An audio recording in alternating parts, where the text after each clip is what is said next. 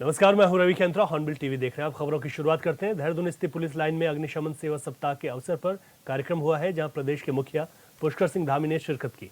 इस कार्यक्रम में आग से बचाव के लिए मॉक ड्रिल की गई है, लोगों को जागरूक किया गया है। बता दें कि हर साल 14 अप्रैल से 20 अप्रैल तक अग्निशमन सेवा सप्ताह का आयोजन किया जाता है, जिसका उद्देश्य लोगों को अग्नि दुर्घटनाओं से बचाव और आपातकालीन परिस्थिति में त्वरित प्रक्रिया हेतु जागरूक करना है। सीएम धामी ने कार्यक्रम में फायर टेंडरों को हरी झंडी दिखाई, साथ ही कार्यक्रम को संबोधित भी किया।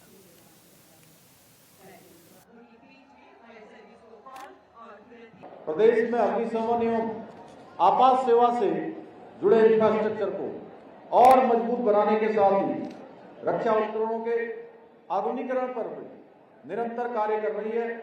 आप सभी को जानकर प्रसन्नता होगी कि केंद्र सरकार द्वारा उत्तराखंड अग्निशमन एवं आपात सेवा के लिए 71 करोड़ रुपए की धनराशि स्वीकृत कर दी गई है।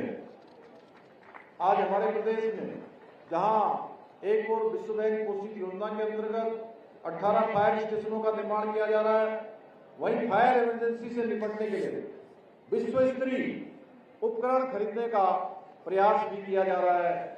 इसके साथ ही गैरसैंण में हमारी ग्रीष्मकालीन राजधानी गैरसैंण में फायर स्टेशन भवन का निर्माण करने के साथ साथ 78 से अधिक आवासों का निर्माण कार्य भी किया जा रहा है।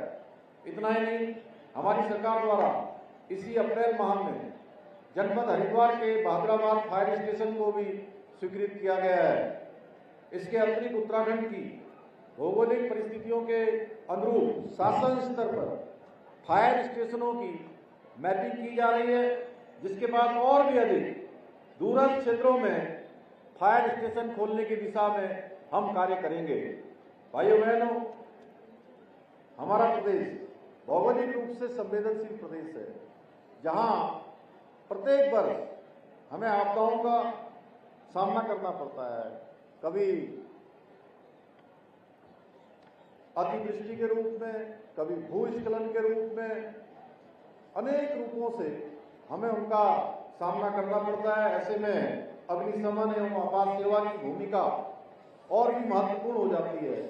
पिछले वर्ष जहां हमने देखा केदार घाटी में बड़ी आपदा आई, देहरादून और आसपास टेहरी क्षेत्र में, हमारे घनसाली और गुत्तू क्षेत्र में लगातार 3 बार बादल फटे। वहीं अगर हम तराई क्षेत्र की बात करें तो टनकपुर, बनबसा, खटीमा और सितारगंज, नानकबता इन क्षेत्रों में भयंकर रूप से अतिवृष्टि के कारण से बहुत जल भराव का सामना हमको करना पड़ा। इसके साथ ही आराकोट और रेहड़ी में आई आपदा में भी फायर सर्विस के आप सभी कर्मचारियों ने, सभी कार्मिकों ने बहुत लगन और समर्पण के साथ अपना कार्य किया और भविष्य में भी हमें और अधिक सजगता पूर्वक कार्य करना होगा। पिछले वर्ष हमने देखा किस प्रकार से वनाग्नि हमारे लिए बहुत बड़ी चुनौती के रूप में हमारे सामने खड़ी हो गई, जिससे हमारी वन संपदा, वन्य जीवों और पर्यावरण को नुकसान पहुंचाने के साथ ही हमारे गांव, खेतों और जनजीवन को भी, आम जीवन को प्रभावित किया। पिछले वर्ष जैसी परिस्थितियां इस वर्ष न बनने पाए, इसके लिए वन विभाग के साथ ही अग्निशमन विभाग को पहले से और अधिक सजग होकर काम करना होगा। इसके साथ ही आगामी 30 अप्रैल से प्रारंभ होने वाली हमारे राज्य की लाइफ लाइन 4 धाम यात्रा के सफल एवं कुशल संचालन में भी आप सबको महत्वपूर्ण भूमिका निभानी है। इसलिए हमारी सरकार ने वन विभाग के साथ ही अग्निशमन विभाग को भी आग से बचाव के लिए 20 नए फायर टेंडर प्रदान किए हैं। ये सभी अग्निशमन वाहन उत्तराखंड को वनाग्नि को नियंत्रित करने में सहायक सिद्ध होंगे। इसके अतिरिक्त अग्निशमन कर्मियों की सुरक्षा हेतु हमारी सरकार द्वारा विश्व स्तरीय गुणवत्ता के फायर सूट भी खरीदे गए हैं। भाइयों बहनों, ये मेरे लिए अत्यंत गर्व का विषय है कि आज हमारे प्रदेश के उन फायर योद्धाओं को DGFS डिस्क प्रदान करने का अवसर मिला है, जिन्होंने अपने जीवन में कर्तव्य निष्ठा, साहस और सेवा भावना की बेहतरीन मिसाल, सर्वोच्च मिसाल पेश की है। मैं आज DGFS डिस्क प्राप्त करने वाले सभी अग्निशमन कर्मियों को अपनी ओर से बहुत बधाई देता हूं, बहुत शुभकामनाएं देता हूं। साथ ही तृतीय और इंडिया फायर सर्विस गेम्स में पदक जीतने वाले सभी विजेताओं को भी बधाई देता हूं। भाइयों बहनों, आज के इस अवसर पर मैं कुछ घोषणाएं भी करना चाहता हूं। भीमताल, द्वाराहाट, गौचर, पुरोला और सहकारा में जल्द ही नए फायर स्टेशन खोले जाएंगे। इसके साथ ही जल्द ही हमारी सरकार उत्तराखंड में फायर सर्विस का विश्व स्तरीय प्रशिक्षण केंद्र भी स्थापित करेगी। प्रयागराज में हुए महाकुंभ में ड्यूटी कर अपना कर्तव्य निभाने वाले उत्तराखंड फायर सर्विस के सभी कर्मियों को 10-10 हजार रुपए की प्रोत्साहन राशि भी प्रदान की जाएगी। इसके साथ ही आज मैं आपके इस अवसर पर प्रदेश की जनता से भी यह आह्वान करना चाहता हूं कि आप सभी इस सेवा सप्ताह को एक विशिष्ट अवसर मानते हुए अग्नि सुरक्षा के संबंधित उपायों को समझें और दूसरों को भी इस दिशा में प्रेरित करें।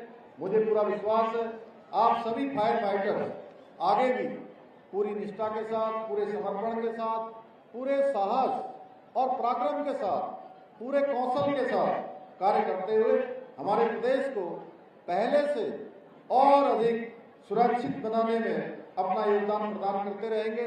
इसी विश्वास के साथ आप सभी को सुरक्षित एवं सुखी जीवन की कामना करते हुए, शुभकामनाएं देते हुए मैं अपनी बात समाप्त करता हूं। बहुत बहुत धन्यवाद। उत्तराखंड बोर्ड ने 10वीं और 12वीं कक्षा का परिणाम घोषित कर दिया है। ऐसे में इंटरमीडिएट परीक्षा 2025 का कुल परीक्षाफल 83.23 और हाई स्कूल का 90.77% रहा। बता दें कि बागेश्वर के कमल सिंह 99.20% अंकों के साथ हाई स्कूल टॉपर रहे और देहरादून की अंशुका राणा 98.60% अंकों के साथ इंटर की टॉपर रही है। वहीं सीएम पुष्कर सिंह धामी ने परीक्षा में पास सभी छात्र छात्राओं को बधाई देते हुए कहा कि इसी तरह सफलता के नए नए सोपान छूते जाएं। साथ ही उन्होंने कहा कि परीक्षा में फेल छात्र परेशान न हो, असफलता अंत नहीं, नए संकल्प की शुरुआत है।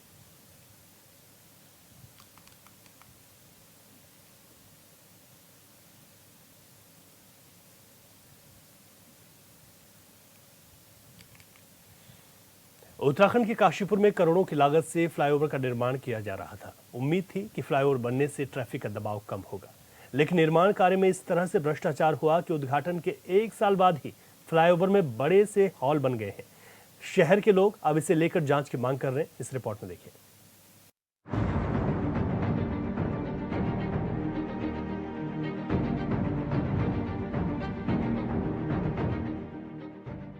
जनपद उधम सिंह नगर के काशीपुर में महाराणा प्रताप चौक पर बना फ्लाईओवर का निर्माण किया गया। 56 करोड़ की लागत से बना फ्लाईओवर, जो काशीपुर की सड़कों का बोझ कम करने के लिए आया था, अब खुद बोझ बन चुका है। 7 साल के लंबे इंतजार के बाद जो सौगात मिली, वो आज खतरा बनकर शहर पर मंडरा रही है। बीच फ्लाईओवर से मलबा गिरने से लोगों में हड़कंप मचा है और लोग पूछ रहे हैं कि क्या इसकी नींव में लापरवाही और भ्रष्टाचार हुआ था। राजनीतिक दल भी अब हमलावर हैं और जनता डर के साए में सफर कर रही है। फ्लाईओवर बनने में 7 साल लग गए। उसके बाद जब फ्लाईओवर बनके तैयार हुआ तो वो ऐसा तैयार हुआ जो आए दिन डैमेज होता है। बड़े वाहन वहां से जा नहीं सकते। जो बड़े वाहन जाते हैं वो गुरुद्वारे के रास्ते जाते हैं, जहां पर अस्पताल भी हैं, जहां पर बच्चों के स्कूल भी हैं, धार्मिक स्थल भी हैं। सड़क भी बहुत चौड़ी नहीं है। काशीपुर के महाराणा प्रताप चौक पर बना फ्लाईओवर, जो साल 2024 की शुरुआत में जनता को समर्पित किया गया था, अब खतरे की जद में है। करीब 56 करोड़ की लागत से और 7 साल की देरी के बाद बना ये फ्लाईओवर अब अपनी गुणवत्ता पर सवाल खड़े कर रहा है।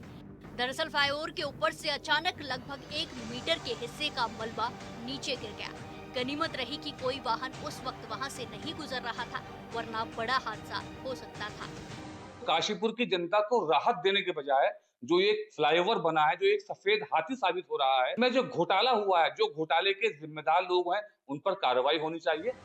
घटना के बाद मौके पर NHAI के अधिकारी पहुंचे और जांच के बाद फिलहाल फ्लाईओवर को आंशिक रूप से चालू रखने का फैसला लिया गया है।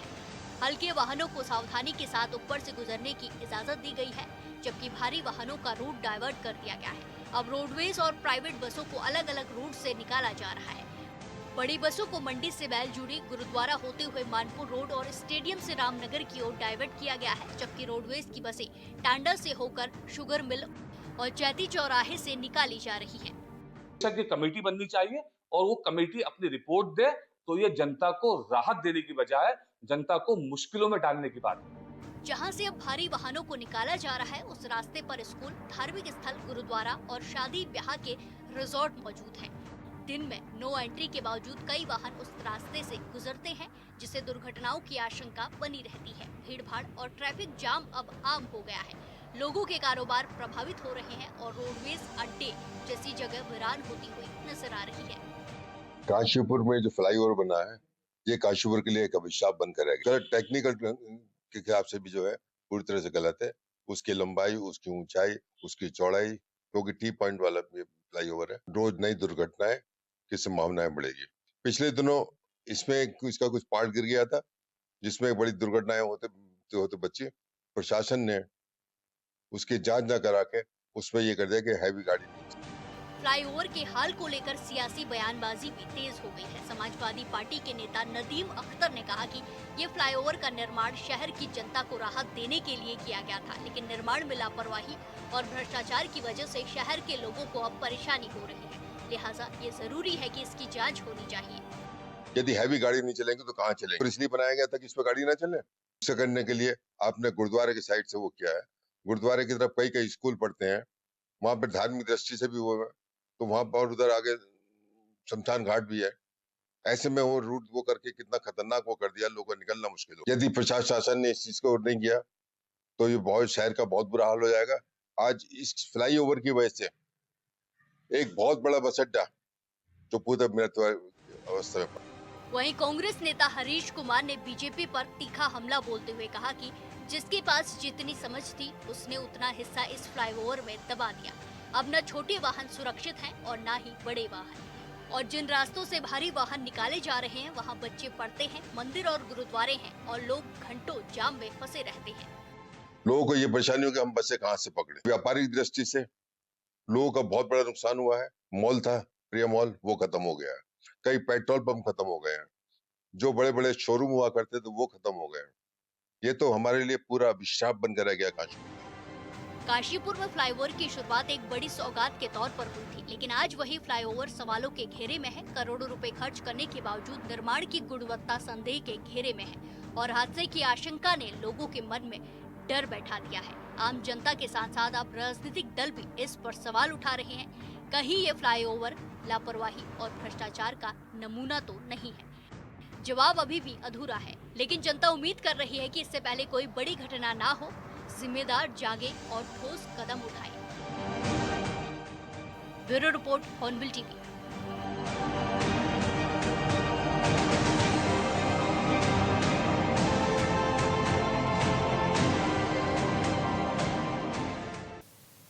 हरिद्वार की मंगलौर विधानसभा से कांग्रेस विधायक काजी निजामुद्दीन ने बीकेटीसी की संपत्ति की जांच का मामला उठाया।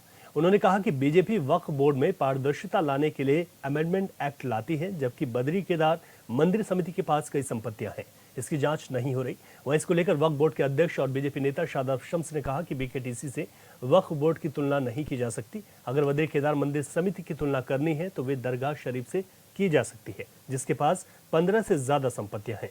उन्होंने कहा कि जिस तरह से दरगाह शरीफ में किसी गैर हिंदू की एंट्री नहीं है, उसी तरह बीकेटीसी में भी प्रावधान है।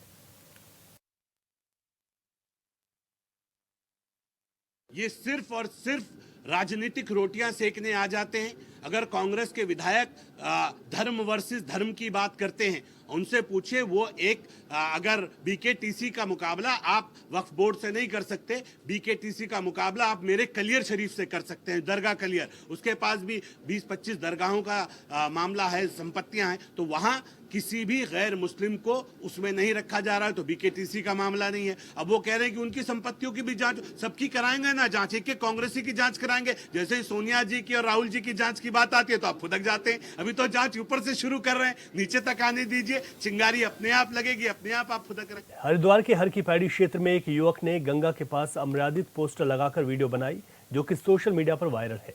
मामले का संज्ञान लेते हुए पुलिस ने तुरंत कार्रवाई करते हुए युवक को समझाया और वीडियो को तुरंत डिलीट करवाया। वहीं युवक ने अपनी गलती स्वीकार करते हुए सार्वजनिक रूप से माफी मांगी है।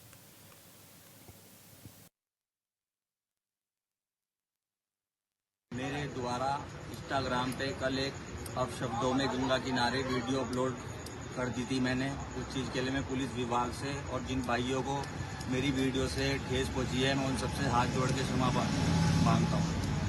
यूट्यूबर और इंस्टाग्राम भाइयों से मैं अपील करता हूँ कि इस तरह की कोई भी वीडियो आप लोग भी ना बनाएं। वक्फ संशोधन बिल पर सुप्रीम कोर्ट में हो रही सुनवाई के बीच देश भर में चर्चा भी जारी है। बीजेपी से मुस्लिम समाज के हित में बता रही है तो विपक्ष इसे लेकर बीजेपी पर साजिश का आरोप लगा रहा है। और इन सब के बीच उत्तराखंड में इसे लेकर जन जागरूकता कार्यक्रम किया जा रहा है। विपक्ष पूछ रहा है कि अगर मुस्लिमों की जमीन की चिंता है तो फिर सरकार हिंदुओं की चिंता क्यों नहीं करती। इस रिपोर्ट में देखिए।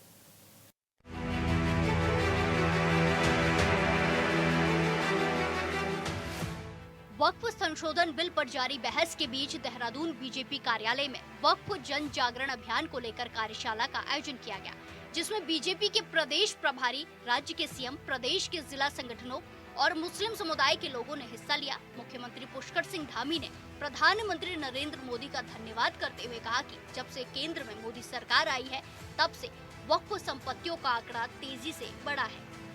बहुत ऐतिहासिक निर्णय है जो देश के हित में लिया गया है।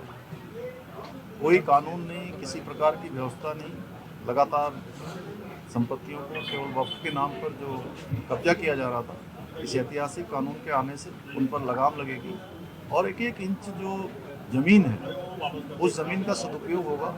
जो तुष्टीकरण के कारण से, तमाम संशोधनों के कारण से 2 बार देश के अंदर जो संशोधन हुए उससे असीमित मात्रा में, असीमित संख्या में जमीनें एकत्र हो गई और 2013 तक 18 लाख एकड़ भूमि जो वक्फ के पास होती थी वो 12 सालों में 2013 से 2025 के बीच 39 लाख एकड़ हो गई। प्रदेश के मुखिया ने कहा कि साल 2013 में वक्फ के अधीन 18 लाख एकड़ जमीन थी, जो 2025 में बढ़कर 39 लाख एकड़ हो गई है और वक्फ संशोधन बिल के आने के बाद अब इन संपत्तियों पर कब्जे को छुड़वाया जा रहा है और ये संपत्ति गरीबों के उत्थान के लिए इस्तेमाल की जा रही है। उन्होंने आगे कहा कि उत्तराखंड में भी वक्फ की 5700 संपत्तियां ऐसी हैं जो सवालों के घेरे में है, जिनकी राज्य सरकार जांच कराने जा रही है। किसी भी गरीब मुसलमान युवा के लिए, बच्चे को लिए, महिलाओं के लिए कोई शिक्षा का संस्थान नहीं खोला गया देश के अंदर।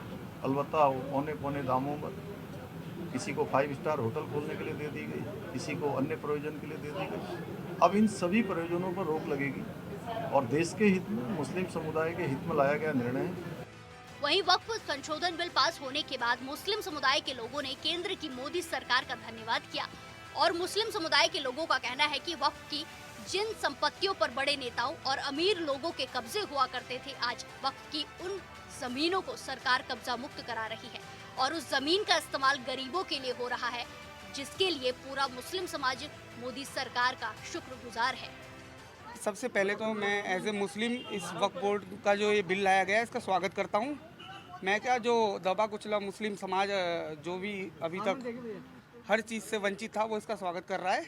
और भाजपा, क्योंकि संगठन हमारा है, सरकार केंद्र में हमारी है, तो हमारा काम लोगों में जागरूकता फैलाने का है। इसी करके आज प्रदेश कार्यालय में जागरूकता एक कार्यक्रम रखा गया है, कार्यशाला का आयोजन किया गया है। संशोधन स्वागत योग्य है। संशोधन इसलिए कि पारदर्शिता आएगी। जो लोग अभी तक 500 करोड़, 1000 करोड़ की ज़मीनों को दबाकर बैठे थे, अब उनके पर्दाफाश होने का समय आया है। या जो धर्म के नाम पर कब्जा करके बैठे थे, भूमाफिया होगा, उनका पर्दाफाश होगा। वक्फ बोर्ड जो लागू हुआ है बहुत अच्छा किया है। मोदी जी का धन्यवाद देना चाहती हैं सभी महिलाएं। जैसे कि आप लोगों ने देखा था कि सब लोग महिलाएं यहाँ पर स्वागत के लिए थी, यहाँ पर मुख्यमंत्री जी का धन्यवाद देना चाह रही हैं कि जो पहले जो लूट खसूट जो होती थी वो लूट खसूट अब मुख्यमंत्री जी ने और हमारे मोदी जी ने ख़त्म कर दी है। तो उसके लिए हम लोग बहुत खुश हैं। जो अब हक है, जो मुसलमानों को जो हक नहीं मिल रहा था, 70 सालों से जो नहीं मिलता था, वो आज मिलेगा हम लोगों को। जो डराते थे मुसलमानों को कि भैया मोदी आ जाएगा, मोदी आ जाएगा तो पता नहीं खा जाएगा तुम लोगों को, कितना खा लिया है, कितना खा लिया है मोदी जी ने। अब तो वक्फ भी लेकर आ गए हैं, आप लोगों का भला ही भला कर रहे हैं। अब तो थोड़ा सा गुणगान कर दो। कौन कर रहे हैं विरोध? जिनके होटल चल रहे थे, जिनके होटल चल रहे थे वो विरोध कर रहे हैं, जिन्होंने कब्जा कर रखी है ज़मीनें वो विरोध कर रहे हैं। कोई अच्छा इंसान तो नहीं विरोध कर रहा है। बताइए ना मुझे, कहाँ पे स्कूल खुले हैं, कहाँ पे आपने मदरसे खोल रखे हैं, बच्चों की तालीम अदा कर रहे हैं, कहाँ पर? कौन सी आप मुस्लिम महिलाओं को जो गरीब हैं, बहुत गरीब हैं, जिनका हस्बैंड मर जाता है, उन लोगों के लिए क्या किया आपने? कुछ नहीं किया, पर अब होगा क्योंकि मोदी जी हैं और मुमकिन है। एक तरफ जहां उत्तराखंड सरकार वक्फ की संपत्तियों की जांच की बात कर रही है, तो कांग्रेस नेता भी सरकार से सवाल पूछ रहे हैं। हरिद्वार के मंगलौर से कांग्रेस के विधायक काजी निजामुद्दीन का कहना है कि बद्री केदार मंदिर समिति की लाखों करोड़ों की जमीन पर कब्जा है, लेकिन डबल इंजन की सरकार होने के बावजूद भी इन जमीनों को बद्री केदार मंदिर समिति अपने अधीन लाने में समर्थ नहीं हुई है। अब तक बद्री केदार मंदिर समिति की संपत्तियों के मामले में बीजेपी ने एक कदम भी आगे नहीं बढ़ाया है। विधायक ने सरकार से सवाल पूछते हुए कहा कि बीकेटीसी की जमीनों पर हुए अवैध कब्जे पर बुलडोजर क्यों नहीं चलता है।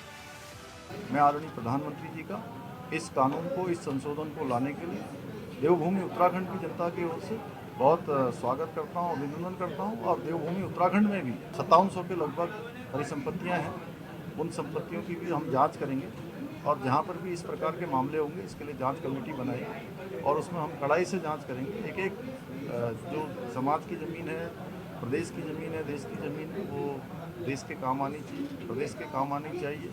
जिन प्रयोजनों के लिए, गरीब लोगों के लिए अच्छे संस्थान खुलें, अच्छे सेवा के काम हों, शिक्षा के काम हों, उन कामों में उनको लगाया जाए। हम उत्तराखंड में हैं और उत्तराखंड में श्री बद्रीनाथ केदारनाथ मंदिर समिति है और देहरादून जो उत्तराखंड की राजधानी है, यहाँ पर 50 बीघे के लगभग ज़मीन है जो आज अरबों रुपए की कीमत जिसकी है। और रामनगर में है, लखनऊ में चारबाग स्टेशन के सामने है, लखनऊ रेलवे स्टेशन के सामने है, आसपास है, और अमीनाबाद लखनऊ में है, और देश के बहुत सारे हिस्सों में मंदिर समिति की ज़मीनें हैं। जब वक्फ की संपत्ति की चिंता अगर भारत सरकार कर रही है तो मैं उम्मीद करता हूं कि बद्रीनाथ केदारनाथ मंदिर समिति की संपत्तियों पर जो सरकारी जो संपत्तियां हैं उस पर जो अवैध कब्जा है उस पर भी ये भारतीय जनता पार्टी की सरकार ध्यान दे। 11 साल से ज़्यादा हो गए केंद्र में मोदी जी की सरकार है, 8 साल से ज़्यादा हो गए उत्तर प्रदेश और उत्तराखंड में, दोनों जगह बीजेपी की सरकारें हैं। छोटी छोटे विषयों पर बुलडोज़र चलता है तो इस पर बुलडोज़र क्यों नहीं चलता? अगर कहते हैं कि कोर्ट केस है तो कोर्ट केस है तो फिर सरकार पैरवी क्यों नहीं कर रही है? तो ये एक बड़ा गंभीर विषय है। बहुत अच्छा लगेगा पूरे प्रदेश को, पूरे दुनिया को, जब ये मंदिर समिति की ज़मीनें कब्जा मुक्त होंगी और इसकी तरफ सरकार का, इनके मंदिर समिति की ज़मीन के जो अरबों रुपए की संपत्ति है इसके प्रबंधन की तरफ सरकार का ध्यान जाएगा। उत्तराखंड में वक्फ की 5700 संपत्तियां हैं जिसकी जांच की बात कही जा रही है और कांग्रेस विधायक का आरोप है कि बद्री केदारनाथ समिति के पास भी लाखों एकड़ जमीन है जिस पर किसी न किसी रूप से कब्जा है। लिहाजा कब्जे को कब तक मुक्त कराया जाएगा, जिस पर सीएम धामी का कहना है कि सरकार की किसी भी जमीन पर कब्जा हो सरकार लगातार कार्रवाई कर रही है।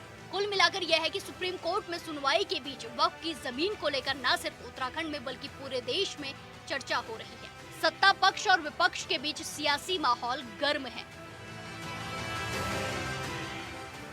Bureau report, hornbill TV.